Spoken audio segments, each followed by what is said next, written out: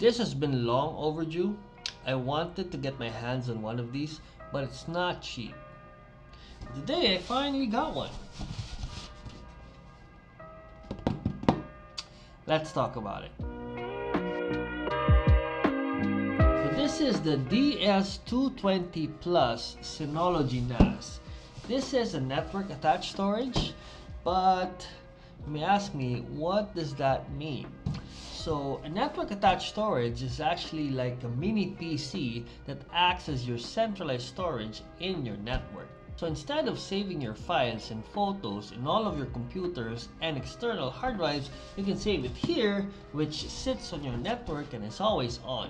And you can even access your files over the internet via the cloud option. It's super convenient and it has so many features, which we'll talk about later. But for 18,000 pesos, you get a 2-bay NAS that has a maximum capacity of 32 terabytes.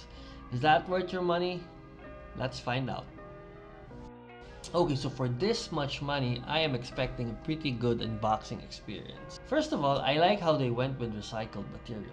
Good on you, Synology. And I also like how the unit itself comes within a bag. So in the box, you get the power cable, the power adapter, 2 LAN cables, the unit itself, and a quick start guide. And it also comes with a small pouch that has all the screws you would need. Nothing flashy here, just everything you need to get yourself started. And now let's move into the build quality. As far as the NAS goes, this one is pretty well built. It's made of plastic, but I haven't really seen any NASs out there that is made of metal. The unit only comes with one color, black, but to be honest, I'm not really complaining here. You'll probably have this sit beside your router or somewhere tucked away that you won't even see. This measures 165mm for the height, 108mm for the width, and 232cm for the depth. And this one weighs 1.3 kilograms. That's heavy.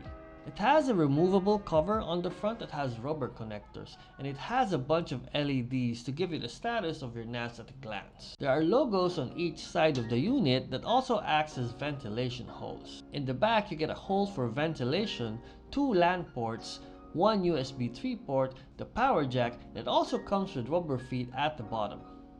This is to help the unit from not sliding when you put it on a surface. And as for the insides, this has 2 bays which you can populate with a 3.5-inch drive or a 2.5-inch drive, depending on your need and of course your budget. And you also have room for expansion for your RAM.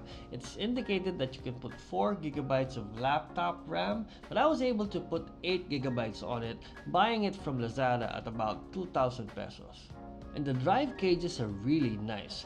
This has a toolless design, so that means you don't have to use your screws and your screwdriver. It was easy enough to put in my 3.5-inch drive without any hassle. And the power and LAN cables are well built. You're really getting your money's worth here. Before we move into the setup process, let's talk about the specs for a bit.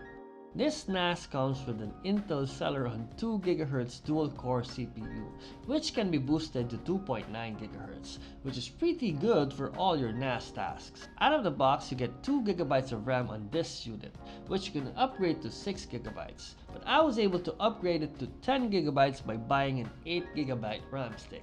This unit has 2 gigabit LAN ports, and it also has link aggregation and a lot more features. Hardware-wise, the Synology NAS is a bit weaker compared to similarly priced NASs out there, and some of the other reviews mention this as well.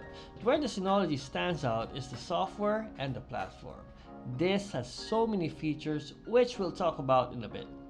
Okay, so the setup process for this is a bit more involved, but once you set it up, you can forget it.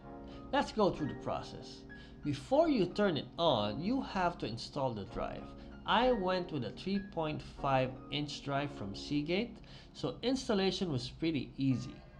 This, of course, is because of the toolless design. When you first power on the device, it'll take its time to boot.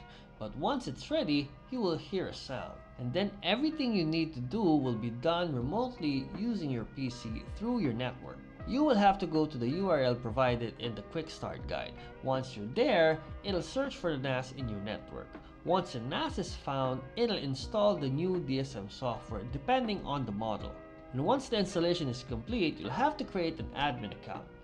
And there's also an option to create a Synology account, which will allow you to access your NAS anywhere in the internet.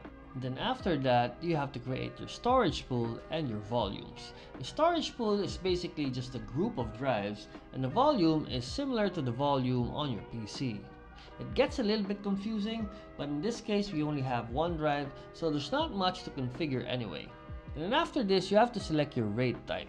A RAID type basically lets you choose how flexible or redundant your system is. I went with SHR, which is your Synology Hybrid RAID.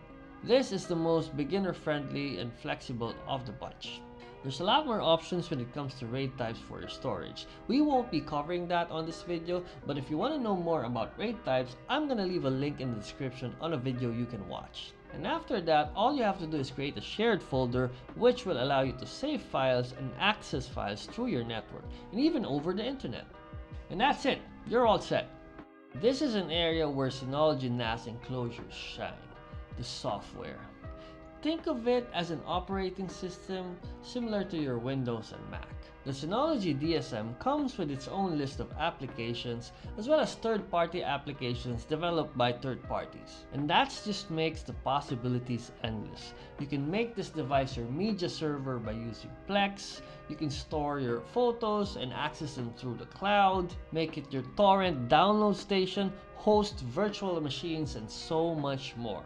There's not enough time to go through all of them, but I'll mention the ones that I'm using right now. For my backup solution, I'm using Hyper Backup. This backs up my video footage on my PC and directly saves it into my NAS. For my media server, I use Plex Media Server. This allows me to stream videos from my NAS throughout my network, as well as outside my network if I want to watch my movies and series on my phone. For my smart home dashboard, I have Home Assistant, which runs on my NAS. And for my IP camera dashboard, I have iSpy Agent. It took me some time to set up all of these applications, but once you're done, you don't have to worry about it. So in terms of features, this is a winner in my book. Buying additional storage is never one of those exciting purchases that lets you be more productive or enables you to do more on your daily routine. But the Synology NAS changes that as it comes with a lot of features. While it's pricey, it's always good to have peace of mind when it comes to your data. And that's the end of the video. If you want to see more videos about ergonomic chairs, you can click right here. And as always, I'll see you on the next one.